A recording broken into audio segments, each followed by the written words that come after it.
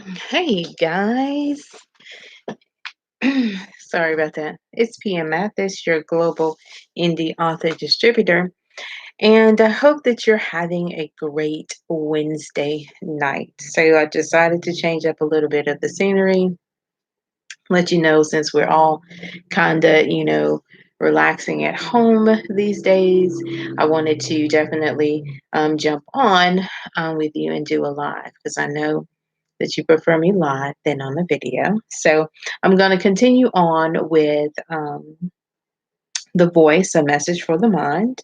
And tonight I'll be talking to you about having standards will enable you to respect others. Now, we know that it is hugely important right now to be mindful and be kind and be respectful of others because it is just the best practice that you can have right now. So, even if someone is opposing you in any kind of way, right? You giving them the ability to be kind, be respectful, be understanding will definitely go a long way right now. So, we all know the situation that we reside in. Some of us are still, at our places of work, and then there are some of those of us who are going to find it hard these days to do what is necessary.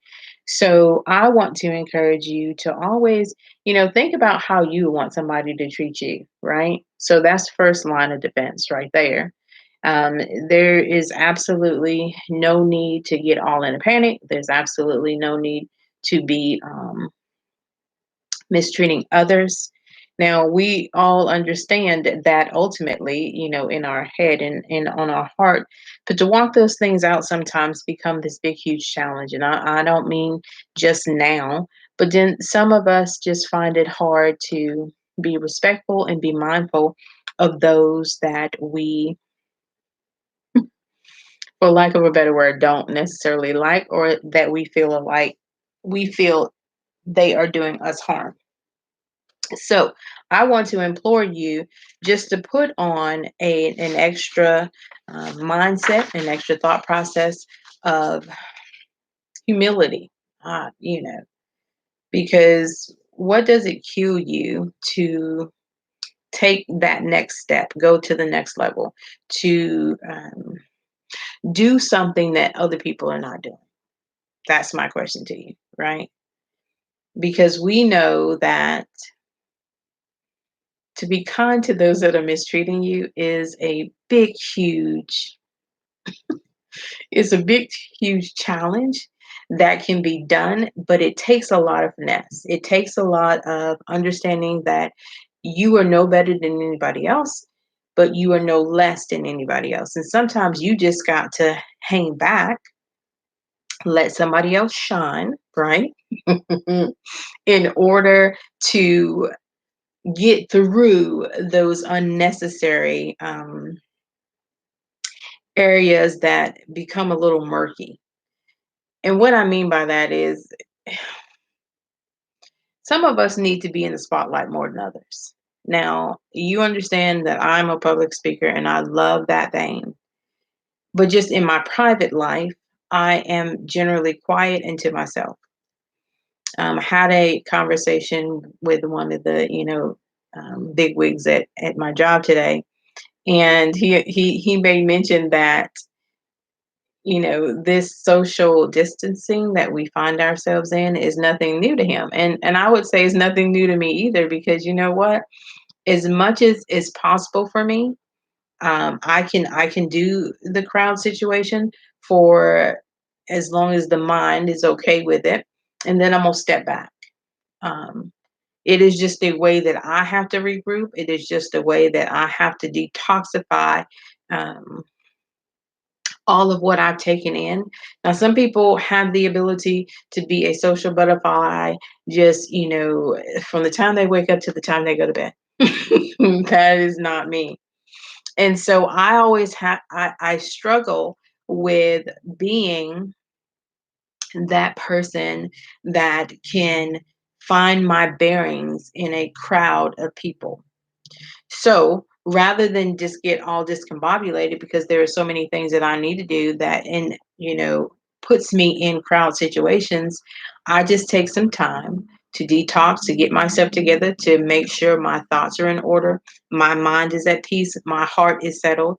And so you have to do those things that are best for you, that causes you to put yourself in a place that will calm you down, that will give you a the ability to withstand the knocks that could come at you, right? Because everybody is not going to understand why you can't be comfortable in their space. They might not say it that way, but I'm trying to tell you, yeah, okay. So moving on. So the next point is hope comes from understanding you know how to conduct yourself in every situation, right? So let's just use a person that drinks, right? Now I don't drink, so that's not my issue, and I pray it's not yours. But when you're in a situation that you're drinking and don't know what happened, and you got to ask somebody, well, now to me, that's an controlled situation. Because why I'm saying that? Because you can control that. Nobody is forcing you to drink. Nobody is forcing you to um, get so intoxicated that you can't remember what has happened.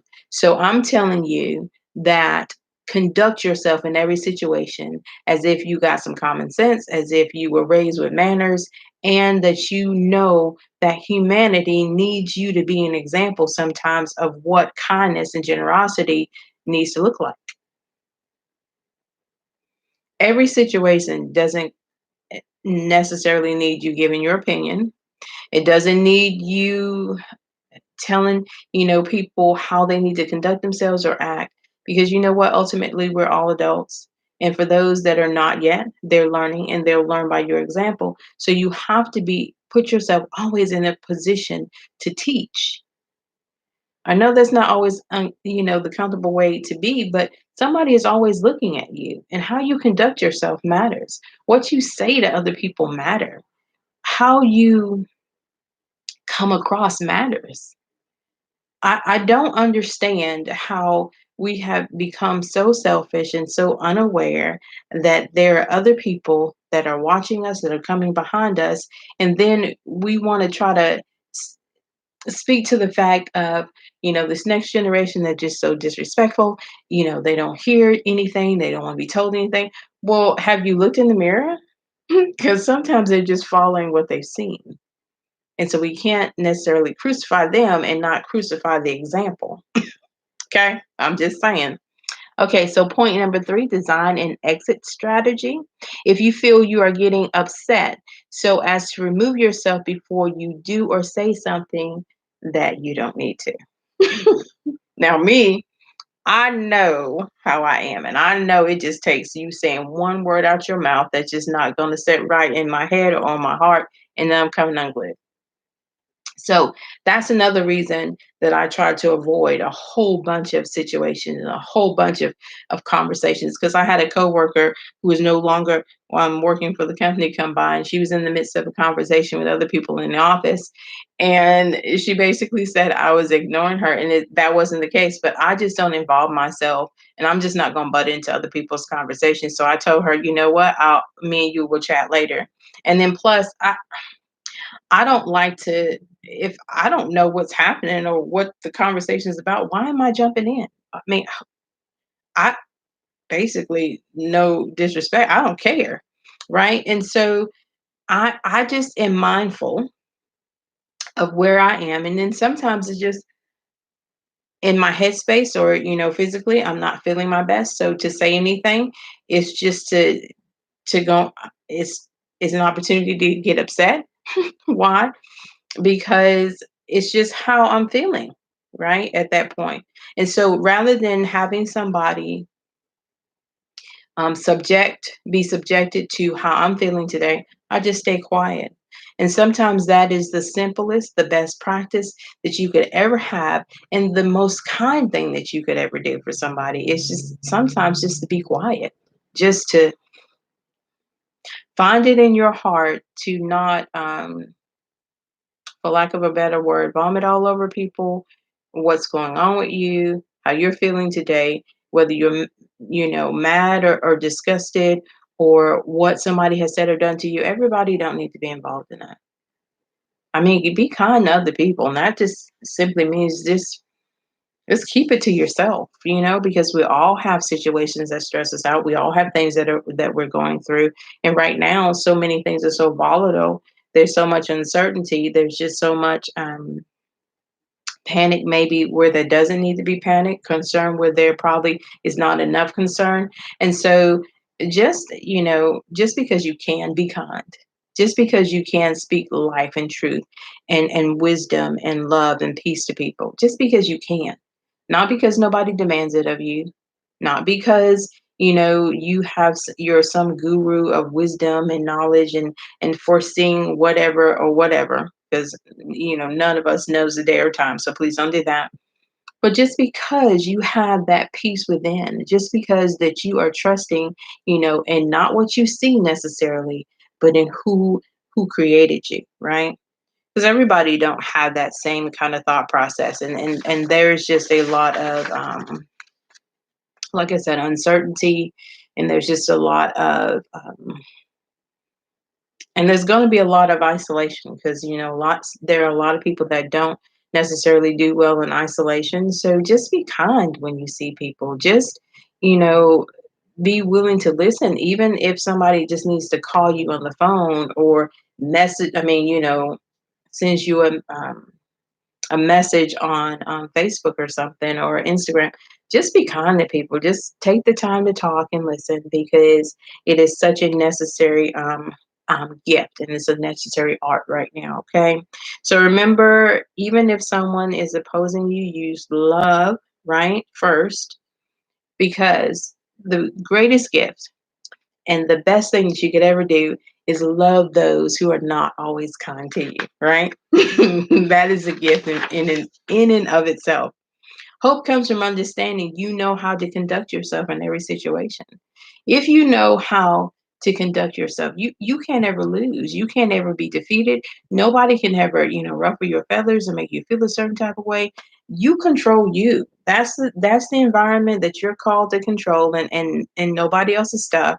You don't have to get involved in other people's conversations. You don't have to try to prove anything to them. You don't have to try to change their mindset. I don't waste my time in all of that. So just leave that kind of stuff alone. Design an exit strategy if you feel you're getting upset.